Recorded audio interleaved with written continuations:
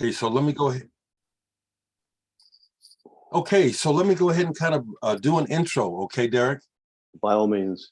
Hey, people, what's going on? This is Dereck, and it's Tuesday, May 31st, and this is really wonderful that Dereck Shulman of Gentle Giant has agreed to come on and speak to me and you all. Dereck, thank you so much. My pleasure. And as I said, it's interesting to have two Derecks in one show. Yes, I thought to myself, the guy's got to be cool. He's named Dereck. we should make a TV show out of this for two Derecks. Absolutely, absolutely. We have actually a little bit in common. I come from a musical family like you. Both of my parents, all my brothers played. And I have several questions, but right away, was there kind of a telepathic thing with the brothers and you all when you played music together? Was there that extra connection? Did you feel it? Oh yeah, of course, because growing up, as you probably know, in a musical household, my father was a jazz musician. Excuse me. He was a trumpet player. He led a band, a dance band at those times, but they played every night at whatever venues with a 10 piece band. But his love was modern jazz, actually, and classical. So he always brought back musical friends after the shows, and music was always around. I mean, it was music was part of the household, and I guess genetically it rolled down to the kids, and all of us have there was always music and musical instruments around the house. So we were, that was part of our lives. I mean, that was organic, if you like. A beautiful life, I would say, eh? Some of it. I would agree, because mine was pretty chaotic too. Now, in my home, we had people come through names, and I'm sure that, you touched upon Tubby Hayes, people like that, maybe. Yeah. Oh yeah. Yep. That's what I thought, because my dad knew John Coltrane. He came to our house, and people like that, Yeah. But I want to go. Sorry. Yeah, no, the same thing. I mean, we had actually American musicians and British musicians who were either staying, because we weren't in London, we were on the south coast in Portsmouth, and that's a different kind of area. And they'd have anyways, yes, we had many musicians who'd come back after the gig and literally hang until the morning. which is part of like my growing up, and I thought that was normal. But going to school during the next day for the grammar school, I realized that my household was a little different to most others. Pretty different, indeed. So I want to go back and ask about the Simon Dupree. Okay. Wow. Okay. And you were Simon Dupree, correct? Correct. Yeah. Okay. Did you pinch the last name from Cornell Dupree, the guitarist? No, actually, the name was given to us by the first quasi manager, because we needed a better name than what we had. And in fact, he was the first Lord Mayor of the city I was talking about, Portsmouth. Wow. So that was the reason that it was given. Simon Dupree's big sound, and we came from a group which it was called the Roadrunners, and we were playing R&B and blues and soul, so no, it wasn't named after anyone. It was named after the first Lord Mayor. So That's funny.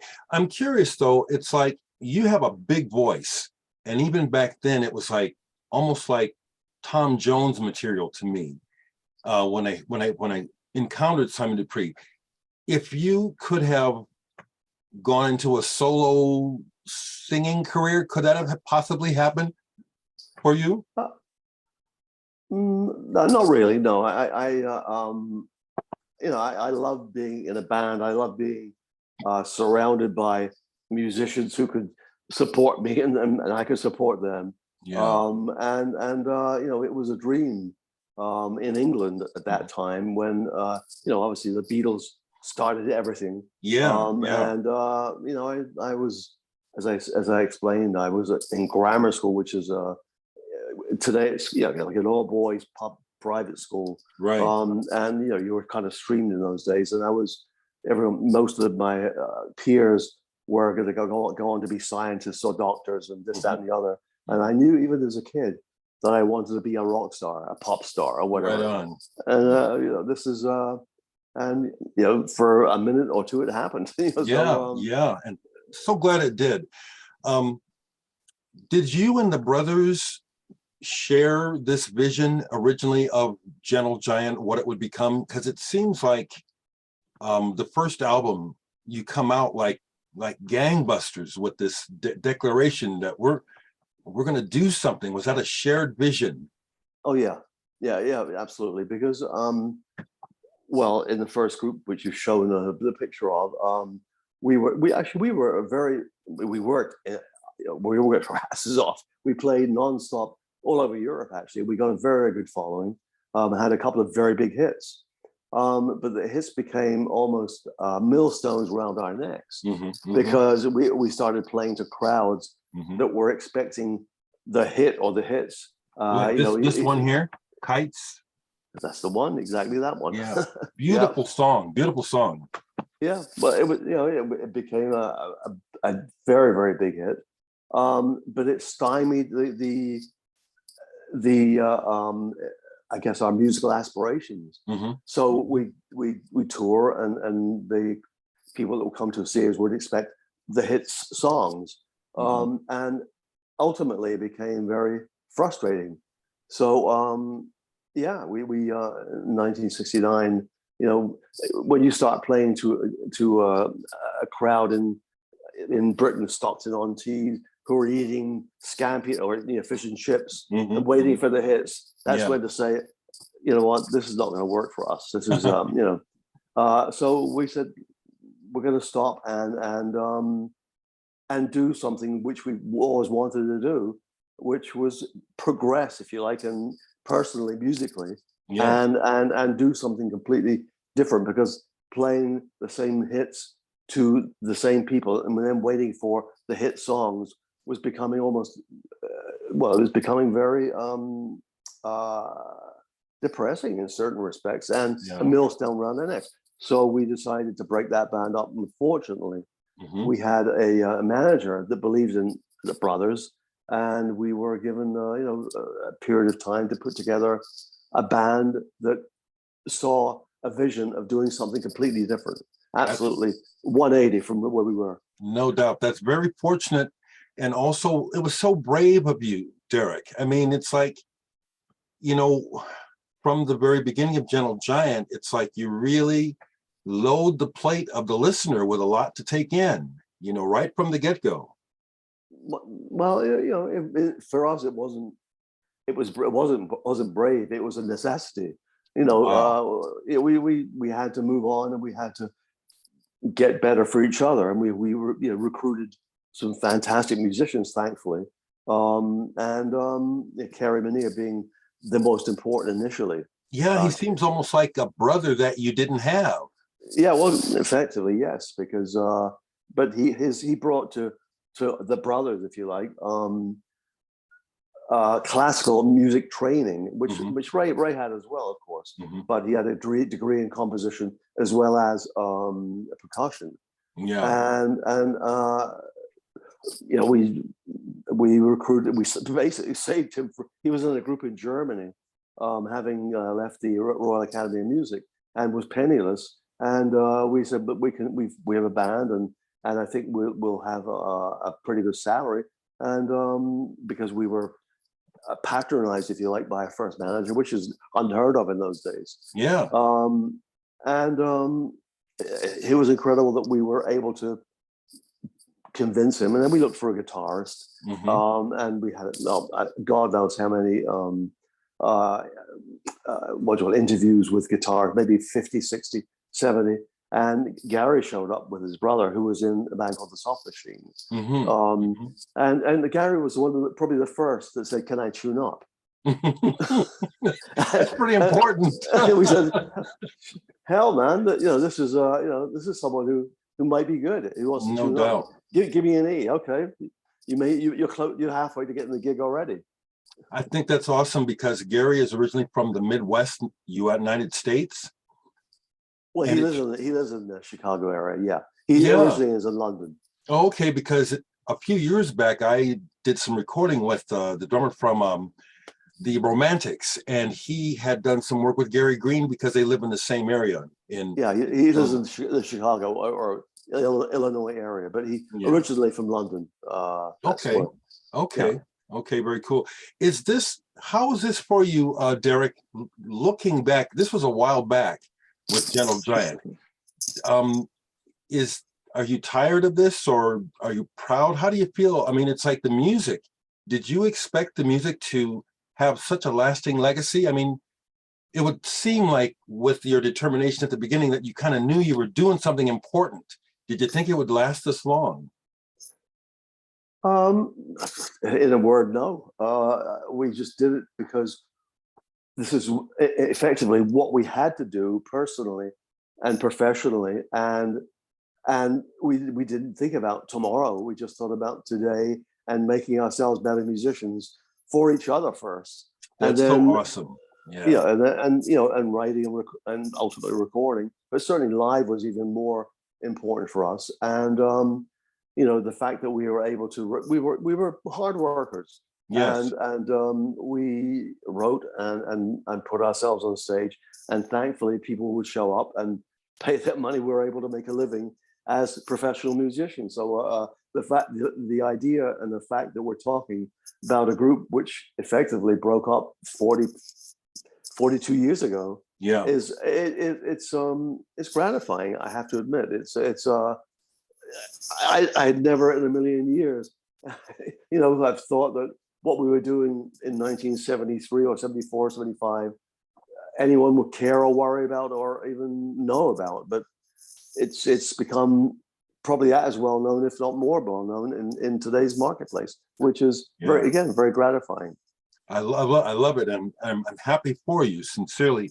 I want to share with you as a fan that there's been many times that your music really made a difference in my life, where that music grounded me and also helped. Here in Nebraska, this state is very racist, okay? And I need to put that out right away, okay? And so the music of Gentle Giant and others like you spoke to me because it was different, and it helped me to create a world of my own, as it were, to live in mentally here in the state. And I just wanted to just say that to you, that your music has really helped my life. Well, thank you. I'm sorry to hear that you're living in a situation which is one which I hate to hear, because first of all, music and people and humanity knows no boundaries, and the fact that racism is still a major issue in this country in particular, and most other places, is disgraceful to me. That's ridiculous. It's a disgrace, and other things that I'm living in the States as well, but I'm British. I've got my both passports. But there are things in this country which are fantastic, but there are things in this country which are not so fantastic. Anyway, but go ahead. Sorry. Yeah, no problem. Yeah, I'm vibing with you, Dereck, and I knew that I would. I knew I would like you as a person. Were you aware early on that your music crossed boundaries of ethnicity and culture, that all kinds of people love Gentle Giant? Truthfully, no, I had no idea. As I said to you before, we were kind of we didn't live in London. We brought the band, when we finally put the band with John Weathers, especially, we down to a city called Portsmouth, which is not Nebraska, but it's a decent sized city. But we parked ourselves there because that's where we lived, and we kind of were in a cocoon. We played as I said to you before, we played for ourselves first. Yes. We wanted to get better, as a musician, as a composer and writers, and then put it on stage, and whoever came was welcome. I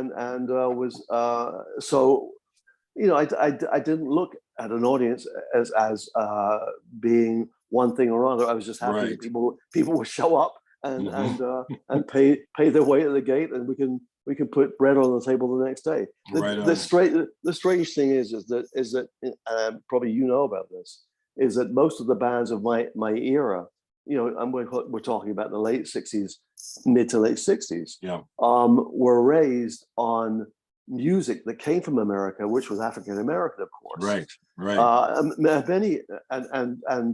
Many Americans had no clue that this was going on. Mhm. The music was being played on American Forces Network and Radio Luxembourg in England, Yeah. and you'd have to tune into a little radio and hear, you know, the Miracles and Steve and Joe Tex and then the Bluesers, you know, Howlin' Wolf, Sonny Boy Williamson, and the Jazzers, and these were really popular in England. Yeah. And there were no one even knew they existed in America at that Right. point. Right. Which is very bizarre, and that's where the Beatles and Stones started their world. So did we. It's like you brought our music back to us. And of course, the roots are in racism. But I want you to know that you guys have had what we call a ghetto pass for a long time. Gentle Giant was recognized by not just me, but my brothers and other musicians and friends, white and black. But the thing that we recognized and felt is there's a natural funk in Gentle Giant, that the rhythms are important. And the other thing I want to share with you is that even going back to Simon Dupree, your vocals were never an affectation. Your emotion was real, and your shouts, when you sang with a lot of power. Well, I was influenced by, as I said, by the Motown and the chess and the R&B world, and Isley Brothers. Really, Isley Brothers. Oh, yeah. Man, you kidding? Yeah, of course. Of course.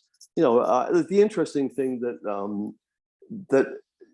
that's happened in the last several years for me, and which is I think fantastic, is the emergence of some of our music, and some people think it's wrong, but I think it's fantastic.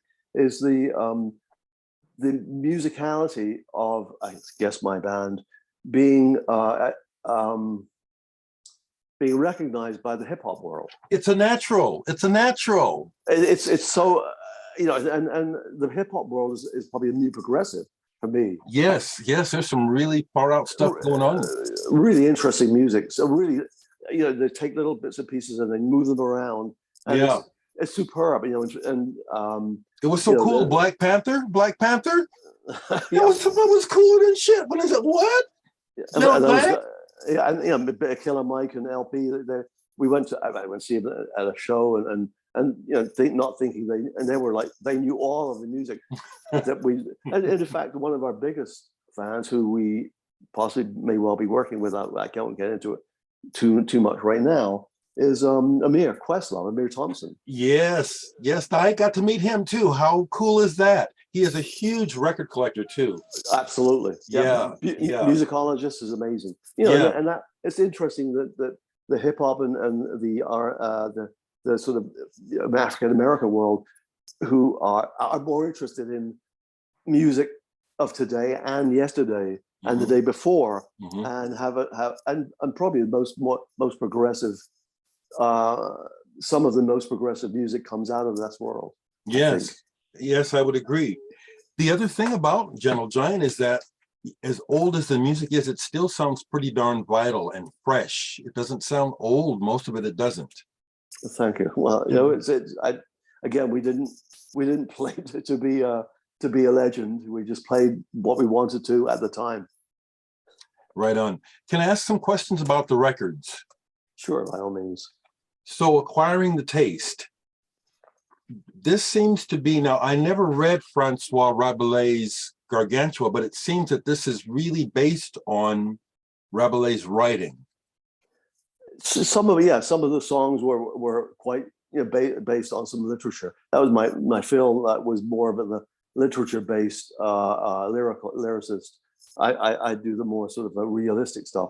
But Rabelais was was the writer of Gargantua and Pantagruel, Right. and it was all about it was pretty bawdy. Yes, yes, yes, and yes, and so we figured, let's go out there and just really tell the tale of being bawdy mhm, and not living within the confines of where we live, and that yes, was that was the Simon Dupree era. So that was, and also it was Gargantua was a giant, yes, etc. yes. So it kind of fitted together with some of the lyrics and songs we put together.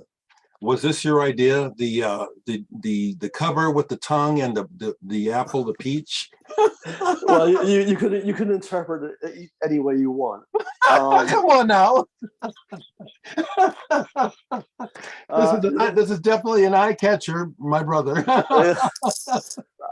it, it wasn't my idea, actually. It was probably, I think, my brother Phil's more idea than anyone. But it was basically telling the world that we weren't going to, you know, um, do something that was expected of us. Yes, yes. And so if you think that that was going to happen, then don't even bother. Right You know? on, right on. A declaration of intent. Yeah, Intent. exactly that. Yeah. Exactly. The other thing about the first albums, well, really, most of them is like, to me, they almost are like books, and the songs are like chapters, and that the songs, now see, I'm real focused on the music, but your words have always been interesting too.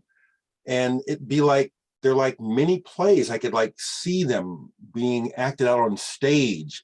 Were you ever approached to do anything like that back in the day? Um, well, I mean, we had a couple of minor offers to put together some. I think in the mid period, something about Robin Hood, but it didn't come to any fruition. No, we wrote about things that were either you showed either um, based in literature or things that were surrounding us in what was happening. For instance, The Power and the Glory Mhm. was written and is written about, to be honest with you, Nixon and the corruption of power. Yes, But that's even more applicable today absolutely, than it was then. I mean, and more so. So I think those things absolutely. should change. So we wrote about what we felt was important, including mental health, things, political issues. Not There's no moon and Jews in most of Right. lyrics in Gentle Giant, I Which don't I think. love, which I love. The music is so topical and again, not right on the surface. It's like, you can get different interpretations from what you say. Yeah, I'm glad, I hope so. absolutely. I'm glad you brought up Power and the Glory because that is one of my top albums of yours. And I always thought that Playing the Game could have been a single, personally. Well, we well, it would have been nice actually, but we never were able to break that barrier between being a progressive, I won't say cult, a band that played to an audience that enjoyed our music, to being a top 40 album Yeah. band. There are bands we're placed alongside with that were able to do that. We never were, Mhm, and mhm. and the record companies, I don't think, really either believed or thought we could get on the radio. So we didn't think about it. We just, Yeah. all we thought about was making the music and rehearsing and putting that music on stage and touring. We were very hardworking. I really said, Yes. Yes. From the videos that I've seen of you guys playing live, because I never saw you, it looks like that you were very much into playing the music at the moment. It was not an act. You were enjoying it and in the moment playing the music. well, that was another. Well, that was important also. Is that when we went on stage, we wanted the audience, first of all, to enjoy the music, but to realize that we were enjoying that too. And so I hope that we are there were smiles on our faces, Mhm. and therefore we could put smiles on our audience faces when there were surprises or different things that are going on. We weren't a band that took ourselves seriously. We took our music seriously, Yes, but we yes. didn't take ourselves seriously. And I think that always came through as a live band, that Mhm. we enjoyed playing, some of the complexities and complex pieces that we did with Yeah. various instruments as well. But we Mhm. also enjoyed the audience looking and smiling and enjoying what we were doing. Absolutely. It's you're on stage, so you're not there to look at your shoes. You're on stage to look at your audience. Yeah, right on, right on. I love it. I love it. Were you guys ever offered Reading or Glastonbury? Well, we were offered. We did a lot of not those two, no, but we were offered. We played tons of festivals, Hmm. but honestly, the festival setting is not really. They weren't really as good for the group than well, we played some big. We played. I mean, in parts of Europe, we played 20, 30,000 seaters. I mean, we were headlining. Wow. We were pretty, even in Canada. Um, Nice, nice. but it was a little, when you can't see to the end of the audience, when it's like a blur, Hmm. um, it becomes it becomes less of a personal thing. Yeah, Although it's great that those many people would show up. yeah, But yeah. no, so we didn't do Reading or I think they came slightly after we broke up. Honestly. Hmm. Hmm. Okay, okay. So the thing that led to me getting this opportunity to talk to you, Dereck, was one of my recent videos. I showed Civilian after watching a recent interview that you did talking about the upcoming Steven Wilson remix, right? Well, Steven's going to do interview. Yeah, he's doing interview and Oh, Mr. interview. Okay. Peace. Yeah, But you were talking about Civilian, yeah. and I was one of those fans who, by the time we got to Civilian, it seemed like things were kind of over. But listening to you talk about it, I went back to it, and I heard it with new ears. Inside Out is Right. a great song. I believe so too. And it's funny because that song, me saying this is going to sound embarrassing and bizarre, but that song actually gives me chills, Mm, um, for personal reasons, as well as I think it's played with an intensity that I don't think we played other things as well as in the past. I mean, it's not a song which has all these musical breaks with mhm. 7/4 and 3/4 and different uh, arrangements inside an arrangement. But it's an incredibly intense song, and Yes. I think it's very well done. That one I wish could have got on the radio, Yeah, I but agree. but It it could have, again it got lost. So yeah, it did get lost. It could have done something. And it seems like part of what it's about is about looking at the long road that you've been on and maybe contemplating what's next, perhaps. You mean the Civilian? Yeah, Yes, the album, yeah. yeah. I think Civilian was done. Well, it was the only album we recorded in North America. We recorded it in California, Okay. and that was it was a weird experience for the group, honestly, because Hmm. we were still. I was living in LA, but the rest of the guys were living in UK still.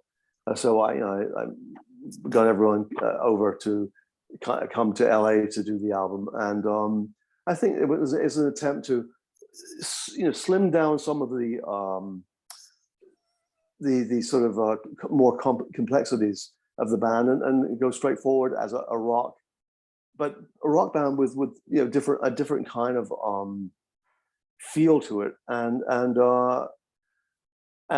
when it came out, the fans kind of weren't sure whether it was right or wrong, but Hmm. the record company, Columbia, basically said this won't work. I mean, we were this album was kind of lost in the Hmm. shuffle, Hmm. and when I think back and look back, I think it was one of the albums that was kind of forgotten and wasn't even put up on the streaming services by Columbia. And we figured we got the rights back. So let's reintroduce this album to a new audience to see the reaction. Yeah. And apparently there's some good reactions to this album that people didn't really know about. Yes, it's like a rediscovery for me, absolutely. Dereck, I can see that they're going to cut me off here in a few minutes. I only scheduled a half hour with you. I didn't know. So I wanted, before it turns me off, I want to thank you so much for this. It's escaping me, but I just want to say again that your legacy musically is huge. It's huge, Dereck. Thank you. I appreciate you saying that. And thank you for having the balls to do it for yourself, as opposed to, I want to be a rock star, whatever it takes. You did it with integrity, which has, I make music too. I still make records in my bedroom, like people do nowadays on the computer. Right. But you were one of the people, besides punk rock, that inspired me to know that the music can mean something, not just to me, but to others, and that it's worth pursuing because of what it means to the individual. Thank you. Well, I think you're exactly right. And that's something that I brought from as a musician. And you probably know I went on to being an executive. And yes, I'm curious about that. And I'm curious about that, actually. We could talk again. But the most important thing of any musician that wants to make it in a major way, rather than just to be a follower, is to be authentic. Yes. To be authentic and not to follow, to lead. Yes. And you know, again, we didn't know what we were doing. That's why I guess we didn't listen to other people and say that let's sound like this. So maybe that's the reason why we're still talking about it 40 plus years ago. So we had no clue. We had no clue that we were going to even survive the next day. So you know, who knows? That's fantastic. I mean, it just makes the music mean that much more to me, actually. And I just want to go ahead and thank you so much for taking your time this morning to spend a little time with me. And I'm going to be uploading this to my channel and sharing it with the rest of the world. And just thank you for the music so much, Dereck. Thank you. Oh, I wanted to ask this. Did you stop writing after the band broke up? Did you stop writing? No, I've got my computer over here and my little Logic system, and I still do it. It's only for my ears. Okay, but that's great to hear. That's wonderful. And I got this through Rockin' Pins. They make oh yeah. Okay, so that's Mauricio. And I just want to thank him on camera for setting this up through your son. And man, Dereck, this has been awesome. It's a pleasure to talk to you. So, I'm looking at the background and seeing all those albums, and I'm envious of you. Yeah, and this right here, this is Gentle Giant right here, baby. Oh man! Oh, Gentle Giant right here. Oh, you're yeah. So okay, another quick one. What was the deal with America putting out Three Friends with the first album cover? What was that all about? They thought it was a good. It was Columbia, I believe. Yeah, Columbia thought that it was a good image, and Three Friends in the UK was less catchy for I love it. I love the cover. You know what? They didn't, so they figured they used the giant's face, and in fact the giant's face became iconic. Yes, it is iconic. Yes. So ultimately they may well have been right. Who knows? You know, that was the record companies in those days. They dictated, and everyone went along with it. So that's it. They paid the money. You know, so what can we say? Dereck, thank you so much. I may request, if I have think about it, I may request to speak again more about the second part of your career in the future. By all means. Thank you so much. Thank you so much. My pleasure, man.